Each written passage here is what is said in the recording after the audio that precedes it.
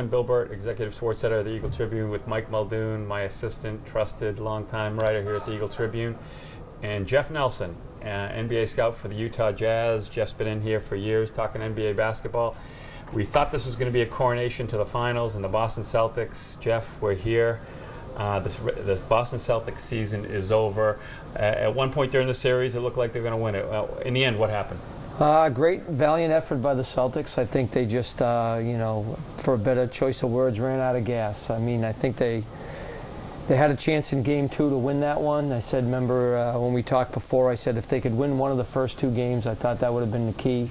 They let Game 2 get away, and then I think they just had, not enough gas left in the tank to win that 7th game. Mike, it looked like they finally became old men in the 4th quarter of Game 7.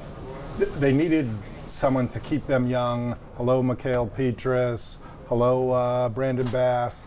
Just, I think those secondary guys with Pierce and Allen clearly not what they used to be due to injuries, little age, and probably more due to injuries. They needed some guys to step up, and those guys didn't step up with Pierce and Allen not really playing their A game or even too close to it. Realizing the Celtics lost, one guy that stepped up,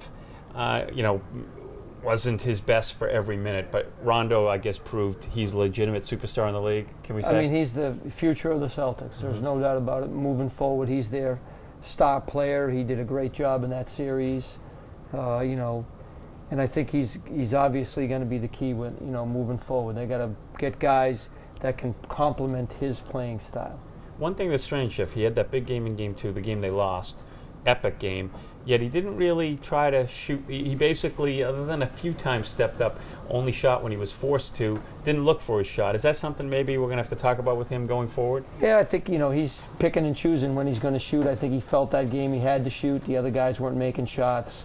They were getting off him. I mean, he just had to keep shooting. If we're going to, besides killing the Celtics, and not really killing them, but let's give Miami some credit. Guys stepped up later in the series. Bosch is one of them. The bench players, I guess, in the end were a little bit better, but let's be honest, LeBron in Game 6 was one of the greatest performances I've ever seen. Yeah, it's always been the case. You probably in the history of basketball have had 5 freaks, to use a term that I don't know if it's acceptable or not, but Wilt Chamberlain was a freak. Michael Jordan was a freak. LeBron's a freak. Maybe Kareem and Shaq were freaks. So in the history of the game, you probably had 5 guys with freakish, 1 in a billion with a B abilities. He's one of them. Kicked their butts up and down the court. There's nothing they could do. A hobbled Paul Pierce at 33, 34 years old was just simply no match. A gallant effort wasn't enough to win it. That's it for now. Next, we will talk about the Celtics going forward next season.